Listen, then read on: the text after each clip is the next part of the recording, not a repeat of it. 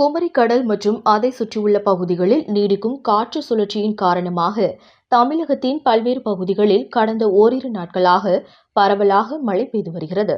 மயிலாடுதுறை மாவட்டத்தில் மயிலாடுதுறை, கோமல், குத்தாலம், செம்பனார் கோவில் உள்ளிட்ட பல்வேறு இடங்களில் மழை பெய்தது.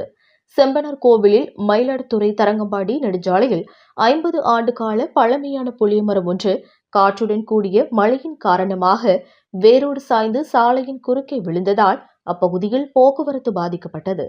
இதனையடுத்து தீயணைப்பு நிலைய வீரர்கள் அங்கு சென்று மரத்தை அறுத்து அப்புறப்படுத்தும் பணியில் ஈடுபட்டுள்ளனர். மயிலாடுதுறையிலிருந்து ரிப்போர்ட்டர் தாரிக் கனி.